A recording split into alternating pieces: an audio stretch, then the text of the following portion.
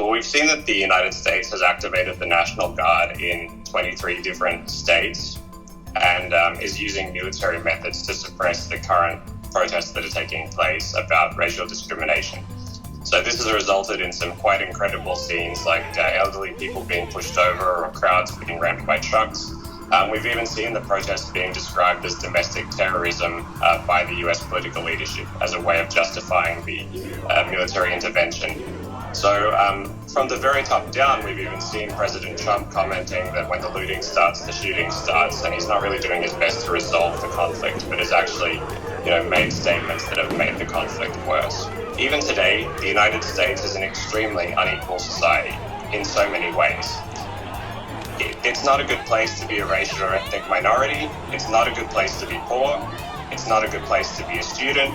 It's not a good place to have health problems, because the United States imprisons more people per capita than any other country in the world. And if you're African American, you're 5 times more likely to be in prison than if you're white. And then on the subject of Hong Kong, if we compare it to what the United States did to respond to the protests, we've seen that the Hong Kong riots have been extremely violent. The rioters have turned to increasingly violent methods, such as setting people on fire, using Molotov cocktails, using projectile weapons, even fortifying the Hong Kong Polytechnic University and using it as a base to attack police and officials. However, from the police side, there was no escalation of violence. The military were never used to control the riots. Lethal methods were almost never used by the Hong Kong police. And yet, somehow the government gets criticized heavily for its response to these riots, especially by the United States. I think that if anybody wants to understand the types of double standards the United States applies in diplomacy, the key idea that everybody needs to know about is American exceptionalism.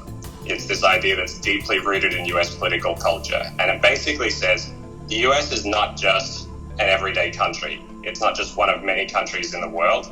It's somehow special. It's somehow superior to other nations. And based on this belief, the United States justifies to itself that it has this mission to go all over the world and change everybody else and make everybody else just more like the United States. Now, of course, if you believe that you're superior, you never have to listen to anybody else's perspective.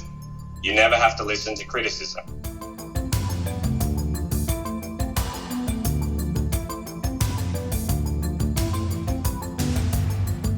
I think that that type of commentary can only come from a country that sees itself as being exceptional in some way. And I think the first and easiest way to deflect any type of criticism is to sort of point the finger back at the person who's criticizing you. And in this case, the United States behavior when it comes to accusing China of weaponizing the current protests that are happening in the United States looks a lot like that. Instead of addressing the root causes of the protests, it's very easy to point the finger and say, oh, you caused this crisis, you're weaponizing this protest, you're doing that.